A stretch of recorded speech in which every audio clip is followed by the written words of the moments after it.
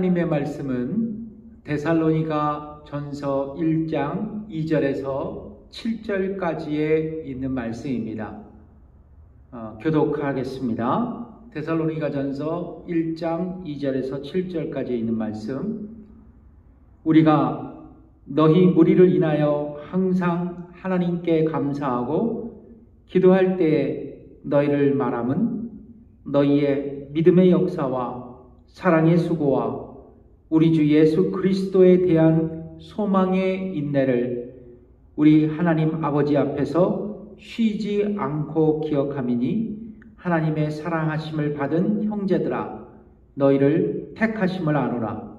이는 우리 복음이 말로만 너희에게 이른 것이 아니라 오직 능력과 성령과 큰 확신으로 된 것이니 우리가 너희 가운데서 너희를 위하여 어떠한 사람이 된 것은 너희 아는 바와 같으니라.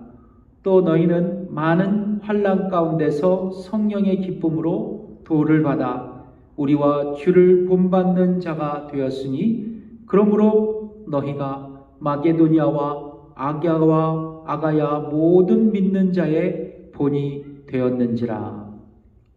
오늘 본문의 말씀으로 하나님께서 기억하시는 교회, 하나님께서 기억하시는 교회라는 제목으로 말씀을 나누겠습니다.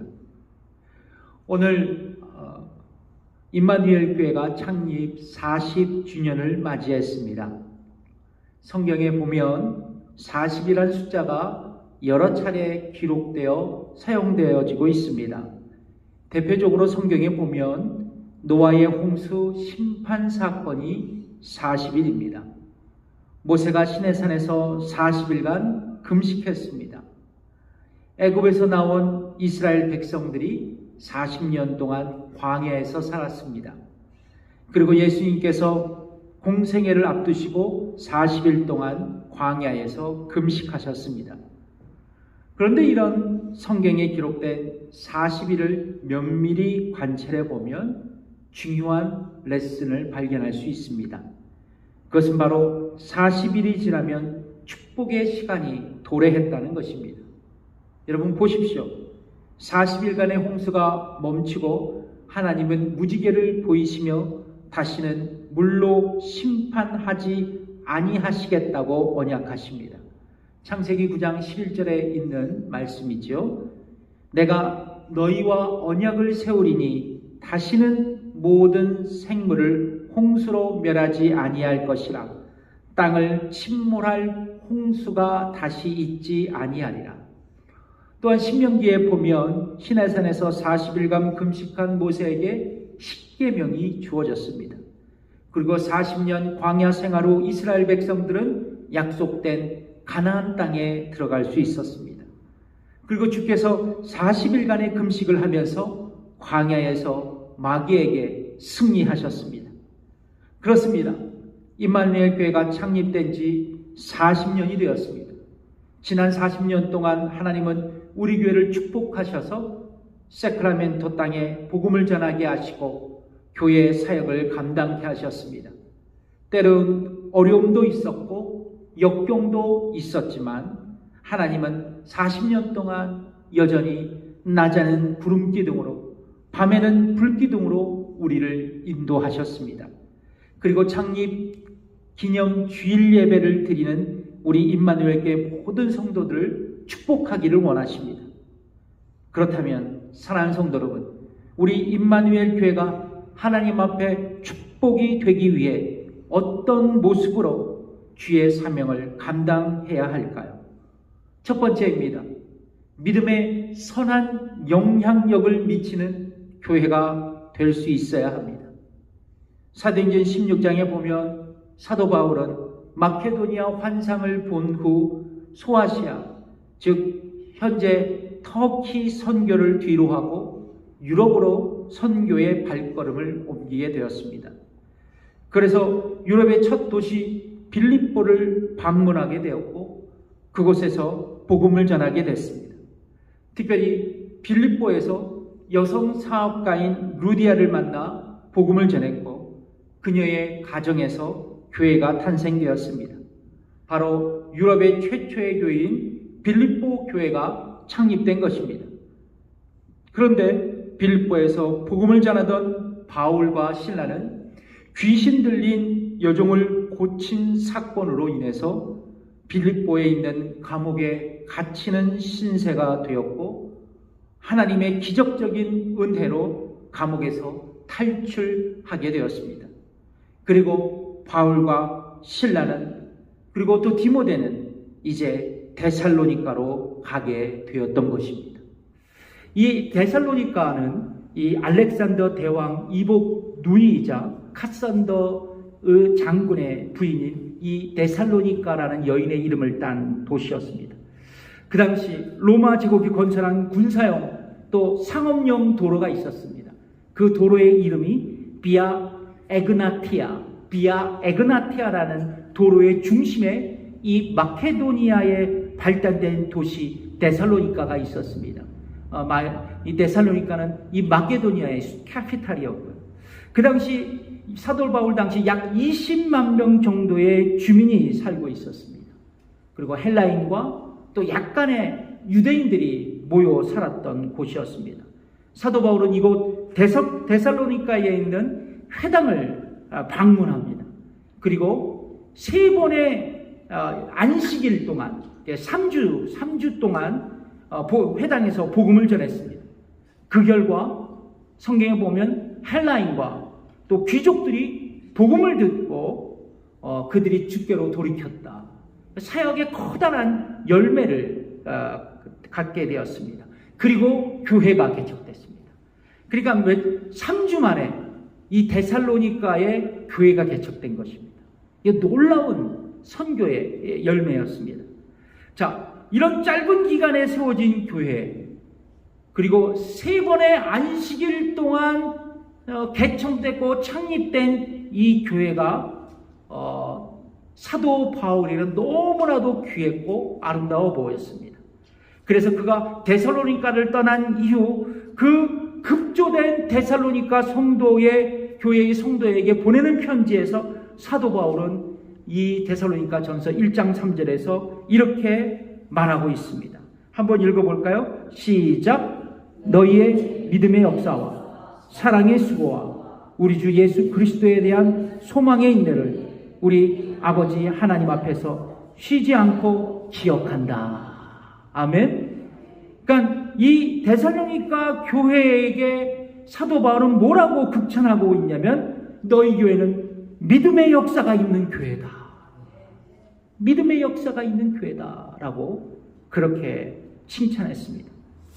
여러분, 믿음의 역사라는 이 단어의 그 헬라어 성경의 원어의 뜻이 뭐냐면 믿음의 행위가 있었다라는 거예요. 믿음의 행위.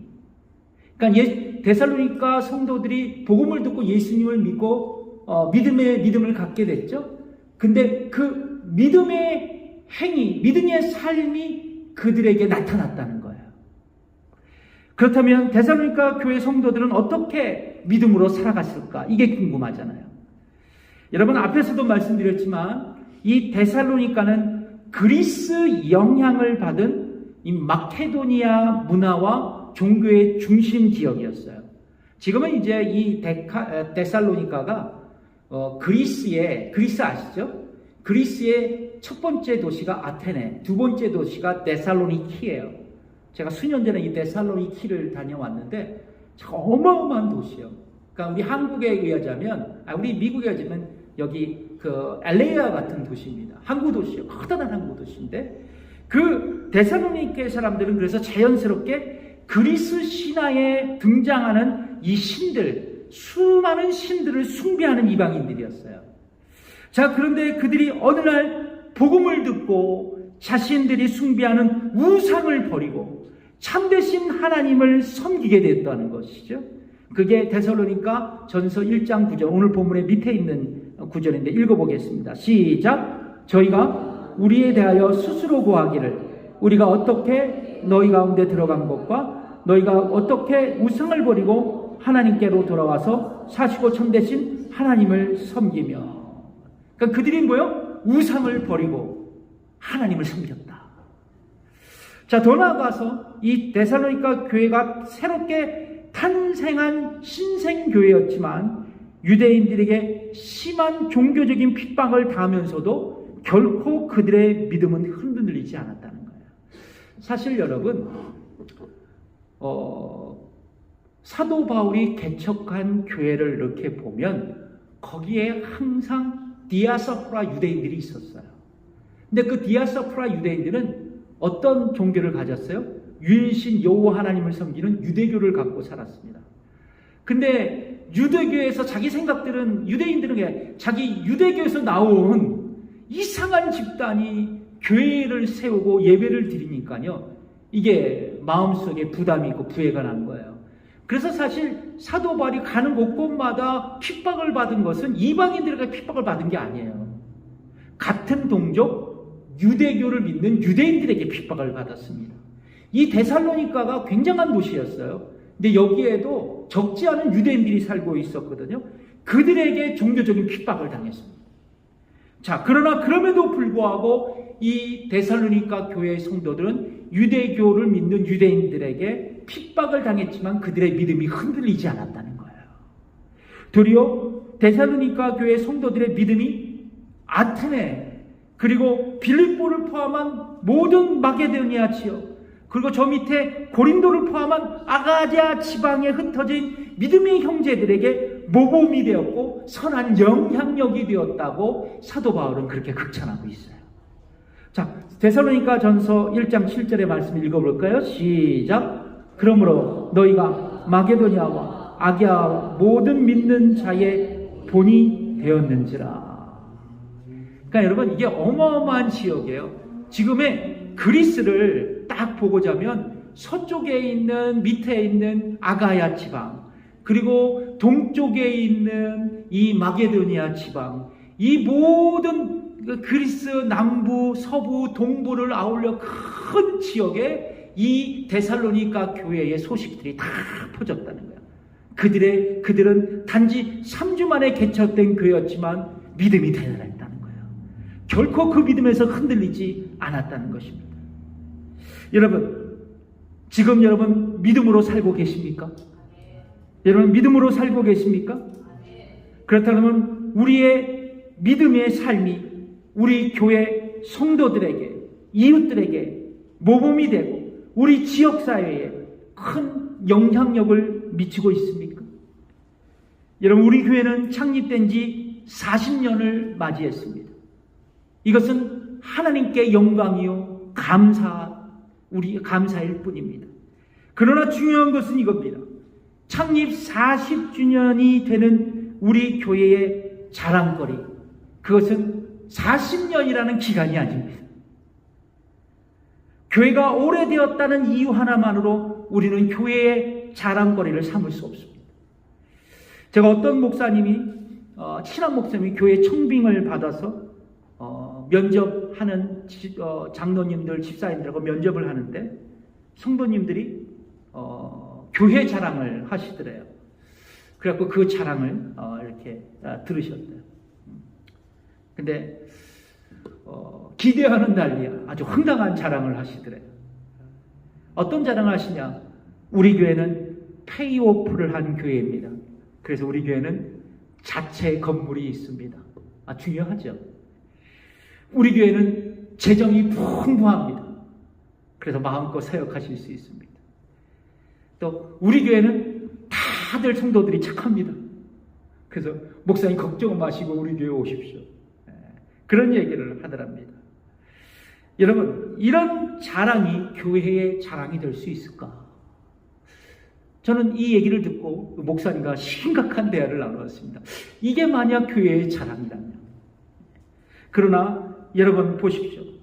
우리가 데살로니가 교회의 교회처럼 우리 교회 성도들이 성숙한 믿음으로 성도들에게 본이 되고 우리 이웃들에게 선한 영향력을 미치고 그리고 복음을 전하고 있다는 것을 우리 교회의 자랑거리가 되었으면 좋겠다는 것이 제 생각이에요. 여러분 동의하십니까? 네. 우리는요, 이 40년이라는 기간이 우리에게는 자랑거리가 될 수 있어요. 그러나 더 중요한 것은 뭐냐? 나입니다.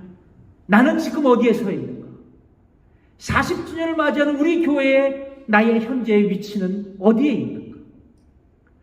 분명 나의 믿음이 우리 성도들에게 모범이 되고 있는가? 우리 이웃들에게 선한 영향력을 미치고 있는가? 그래서 내가 얼마만큼 주의 명령에 따라 주의 복음을 전하며 영혼을 구원하고 있는가? 이것이 우리 교회의, 우리 성도들의 자랑거리가 되었으면 좋겠습니다. 바로 저는 이런 교회를 꿈꾸고 싶습니다. 왜냐하면 이런 교회를 주님은 축복하시기 때문에 그렇습니다. 우리 임마누엘 교회가 하나님 앞에 축복되기 위해 어떤 모습으로 주의 사명을 감당할 수 있어야 할까요? 첫 번째는 믿음의 선한 영향력을 미치는 교회가 될 수 있어야 합니다. 두 번째는 읽어볼까요? 시작. 사랑의 수고가 넘쳐나는 교회가 되어야 합니다. 따라해볼까요? 시작. 사랑의 수고가 넘쳐나는 교회가 되어야 합니다. 오늘 본문 3절에 보면 데살로니가 교회에 사랑의 수고가 있었다고 말씀합니다. 사랑의 수고가 있었다. 여기서 사랑의 수고라는 의미는 어떤 의미냐면 사랑에 의해서 촉진된 수고라는 의미가 있습니다. 그러니까 내가 사랑을 하는데 나의 사랑의 수가 내가 수고를 하는데 내가 섬기는데 그 밑에 마음은 뭐예요? 사랑하는 마음이 있었다라는 거예요. 그러니까 내가 말로만 사랑하는 것이 아니라 실제로 사랑하는 마음으로 실천하는 수고를 서로 아낌없이 나누었다는 것입니다. 그러면 타인을 위해서 자신의 피곤함을 상관치 않고 그를 사랑하는 마음으로 수고했다는 거예요. 어디 교회가 말입니까? 데살로니가 교회가 말이에요. 바로 이런 사랑의 희생적인 사랑이 데살로니가 교회 성도들 안에서 실천되어 갔다라는 것이죠. 여러분, 사랑은 제가 늘 얘기하지만 추상명사가 아닙니다. 실제적인 동사예요. 저는 또 이것을 넘어서 이 동사는 현재 진행형이어야 합니다. 과거도 미래도 아니에요. 지금 내가 하고 있느냐라는 것입니다.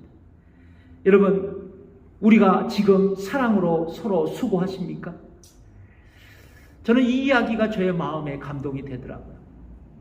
독일의 유명한, 봐주실까요? 예, 독일의 유명한 화가가 있습니다. 알버트 뒤러라는 분입니다. 이분의 일화가 참 감명적이에요. 그의 어린 시절은 무척이나 가난해서 학비조차 낼 수 없는 형편이었습니다. 어느 날 그의 형편과 같은 참 가난한 친구와 함께 만나서 우리 두 명이서 어떻게 하면 이 미술학교에 가서 공부할 수 있는가 방법을 찾았다 그래요. 그런데 친구가 이런 얘기를 했다 그럽니다. 친구야, 우리 두 사람이 모두 공부할 수가 없다. 그래서 네가 먼저 미술학교에 가서 열심히 공부해라. 그러면 나는 식당에서 열심히 일하면서 돈 벌어서 너를 지원해 주겠다. 그리고 네가 졸업하고 나면 네가 가서 일하고 내가 공부할 거야. 이 얘기를 했대요. 그때 이 뒤로는 그래 맞아. 좋은 생각이야. 그럼 내가 우리 함께 열심히 공부하고 일해서 밝은 미래를 꿈꾸자고 말입니다. 자, 두 친구는 이제 얘기한 대로 한 친구는 식당에서 벌면서 뒤로의 학비를 대주고 또 뒤로는 친구의 도움으로 이 미술학교에 가서 공부하기 시작했습니다. 마침내 뒤로가 학교를 졸업했습니다. 그리고 자기 학비를 벌기 위해서 사랑의 수고를 아낌없이 헌신한 친구를 찾아갔습니다. 마침 그 친구가 식당에서 일하고 있었어요. 그런데 이 식당 한 구덩이에 이 절친인 친구가 기도하고 있었습니다. 그래서 어떤 기도를 하나 스며시 들었다 그래요. 이런 기도였다 그래요. 하나님 아버지, 저의 친구 뒤로가 열심히 공부해서 훌륭한 화가가 되게 해주세요. 그리고 하나님의 영광을 위해서 위대한 작품을 그리게 해주십시오. 하나님, 그러나 이 제 손이 이미 식당 일로 그림을 그릴 수 없는 손이 되었습니다. 저는 그림을 그릴 수 없지만 그러나 내 목까지 우리 친구가 아름다운 그림을 그릴 수 있는 유명한 화가가 되게 해주십시오. 그렇게 애절하게 기도하는 친구의 기도 소리를 들었다고 합니다. 그때 그 친구의 기도 소리에 이 알버트 듀런은 마음이 무너졌대요. 그리고 친구를 보지 못하고 그렇게 눈물로 그 친구를 바라볼 수밖에 없었다 그럽니다. 그리고 집에 와서 친구의 기도하는 모습을 그가 그리기 시작했습니다. 그의 친구의 거칠어진 그 손, 기도하는 손을 스케치했대요. 바로 그 그림이 유명한 듀러의 기도하는 손입니다. 기도하는 손, 기도하는 손. 그렇습니다. 이런 친구의 사랑의 수고가 위대한 미술관을 만든 기적이 될 수 있습니다. 여러분, 세상 사람들은 이런 사랑의 수고를 어디서 찾아볼 수 있을까요? 우리 교회를 통해서 보기를 원합니다. 세상 사람들은 말이에요. 예수님은 이렇게 말씀하십니다. 요한복음 13장 34절에서 35절에 있는 말씀이에요. 읽어보겠습니다. 시작. 새 계명을 너희에게 주노니 서로 사랑하라. 내가 너희를 사랑한 것 같이 너희도 서로 사랑하라. 너희가 서로 사랑하면 이로써 모든 사람이 너희가 내 제자인 줄 알리라. 제가 이것도 한번 말씀드렸지만 이미 고인이 되신 철학자 프란시스 쉐이퍼 박사님은 사랑이 그리스도의 제자임을 나타내는 제자의 배지라고 말한 적이 있습니다. 그러니까 기독교인들, 우리 모두는 사랑이 우리의 배지가 돼야, 우리의 상징이 되어야 된다는 것이죠.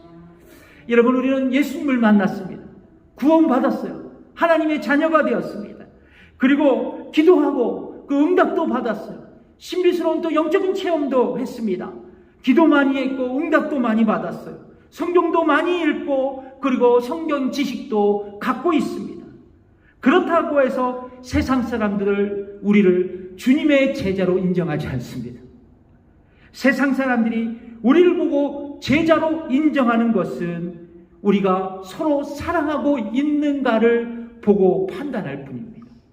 우리가 서로 사랑할 때 그들은 예수님의 말씀처럼 당신이 바로 예수님의 제자였다고 고백할 수 있었던 것입니다. 사랑하는 성도 여러분, 우리 모두가 서로 사랑의 수고를 아낌없이 나누고 살아간다면 오늘 주님의 말씀처럼 우리가 예수 그리스도의 참 제자의 삶을 살아가고 있는 것입니다. 또한 우리의 모습을 보고 믿지 않는 성도들이 우리의 모습을 보고 예수님의 사랑을 배울 것입니다.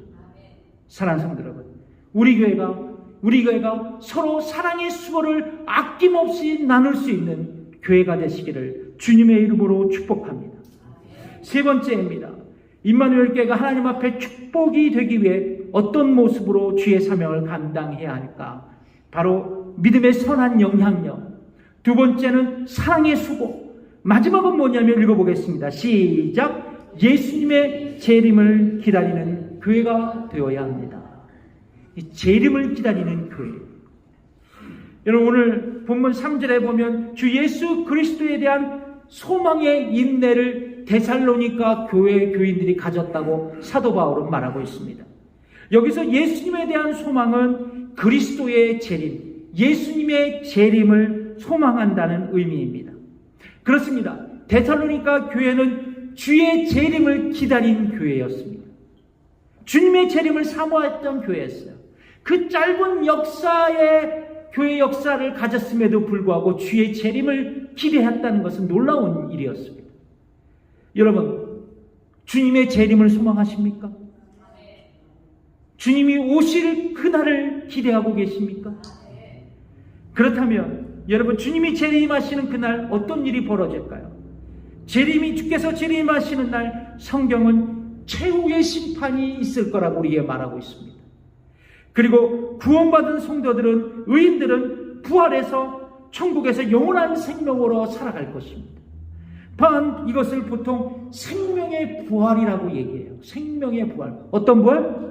생명의 부활. 근데 반대로 구원받지 못한 사람들, 악인들은 부활해서 지옥에서 영원한 형벌에 처해질 것입니다.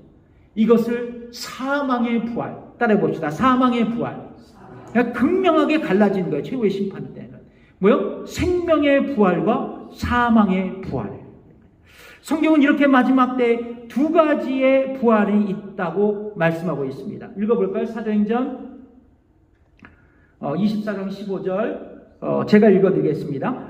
저희의 기다리는 바 하나님께 향한 소망을 나도 가졌으니 곧 의인과 악인의 부활이 있으리라.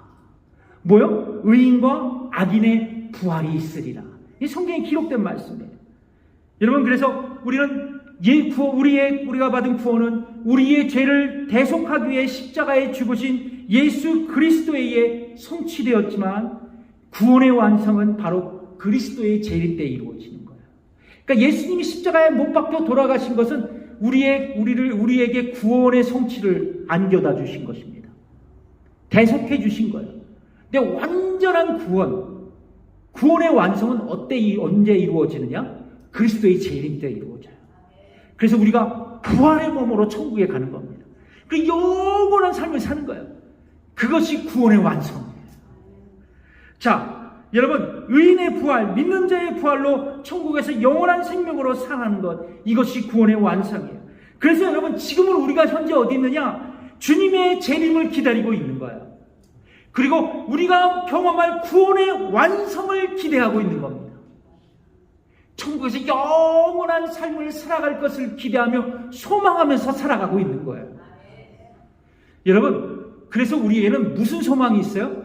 천국의 소망함이 있습니다. 아멘? 여러분, 천국 가기를 원하십니까? 천국 가기를 확신하세요? 예, 원한다면 안 돼. 천국 가는 걸 확신하십니까? 예. 그러면 나에게는 영원한 부활, 영원한 생명의 천국이 나에게 준비되어 있다는 거예요.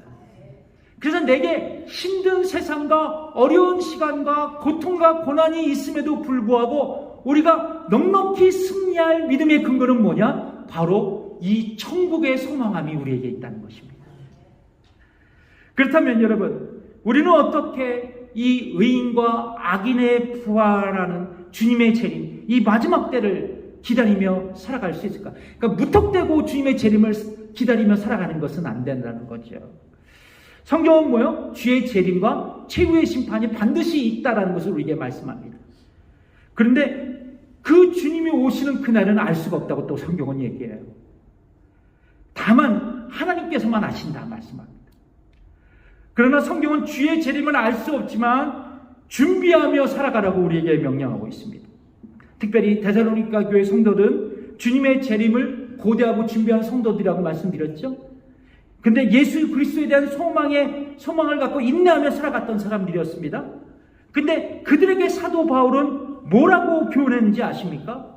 바로 데살로니가전서 4장 3절의 말씀을 합니다. 읽어보겠어요. 시작. 하나님의 뜻은 이것이니 너희의 거룩함이라. 곧 음란을 버리고. 그러니까 이 마지막 때를 기다리며 주의 재림을 기다리며 살아가는 데살로니가 교회 성도들에게 사도 바울은 뭐라고 간절히 얘기합니까? 너희의 거룩함이라. 하나님의 뜻은 너희가 거룩하게 되는 것이다. 여러분 믿으십니까? 여러분, 예수 그리스도의 소망, 마지막 때를 기다리는 그 재림의 신앙은 다른 게 아니에요. 그 때를 기다리면서 등불을 준비하기 위하여 기름을 준비한 그 신부의 모습처럼 거룩의 삶을 준비하는 저와 여러분이 되라는 것입니다. 여러분, 그렇습니다. 사도 바울은 데살로니가의 성도들에게 주님의 재림을 준비하기에 세상과 구별된 삶을 살라라고 말씀합니다. 사도 바울은 로마서 12장 1절과 2절에서 이런 말씀으로 우리에게 격려하고 있습니다. 읽어볼까요? 시작. 내가 하나님의 모든 자비하심으로 권하노니 너희 몸을 하나님이 기뻐하시는 산제물로 드리라. 이것이 너희가 드릴 영적 예배니라. 오직 너희는 이 세대를 본받지 말고 마음을 새롭게 함으로 변화를 받아 하나님의 선하시고 기뻐하시고 온전한 신뜻이 무엇인지 분별하도록 하라. 아멘. 그렇습니다. 우리가 구원받기 전에는 세상의 가치관과 세상의 정욕을 쫓아 살았어요. 그러나 이제는 하나님의 말씀을 붙들고 거룩한 삶을 살아서 하나님이 기뻐하시는 산 제물로 드려야 한다고 성경은 말씀하고 있습니다. 이것을 다른 말로 표현하면 우리의 삶이 거룩한 삶이 되어 우리의 삶을 주님 앞에 예배로 올려드릴 수 있어야 된다는 것이에요. 그래서 우리는 주일에 한 번 이 시간 예배를 드리지만 나머지 6일 동안의 삶을 예배로 드리는데 그 예배는 뭐냐? 우리의 삶이 거룩으로 드려지는 하나님의 예배가 될 수 있어야 된다고 성경은 말씀하고 있습니다. 자, 그런데 여러분 또 말씀이 있어요. 어떤 말씀이냐? 이 세대를 본받지 말고 하나님의 선하시고 기뻐하시고 온전하신 뜻을 쫓아가며 살라고 말씀합니다.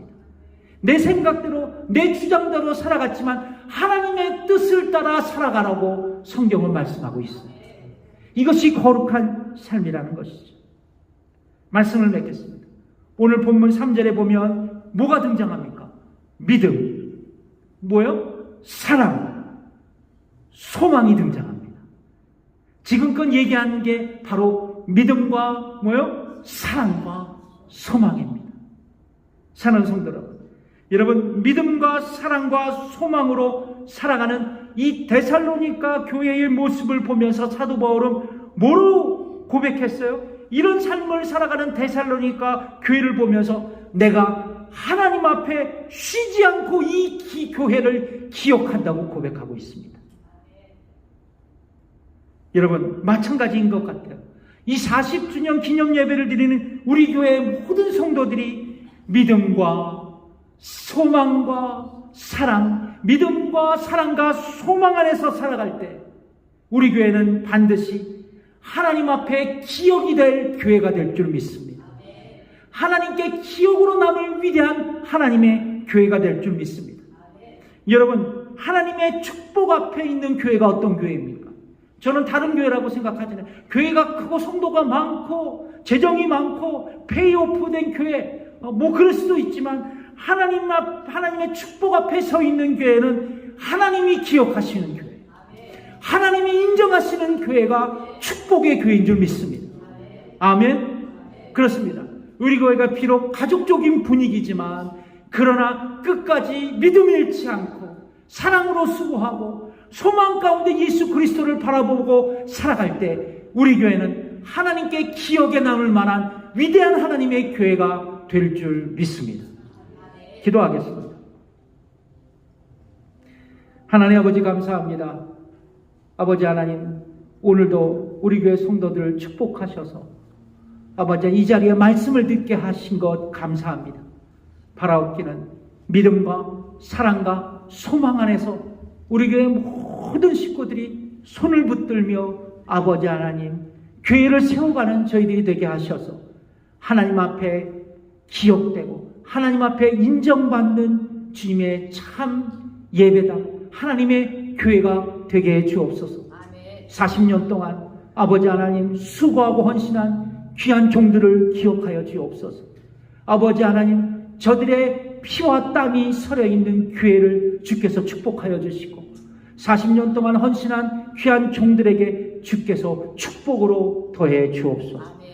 감사드리며 예수님의 이름으로 기도드립니다.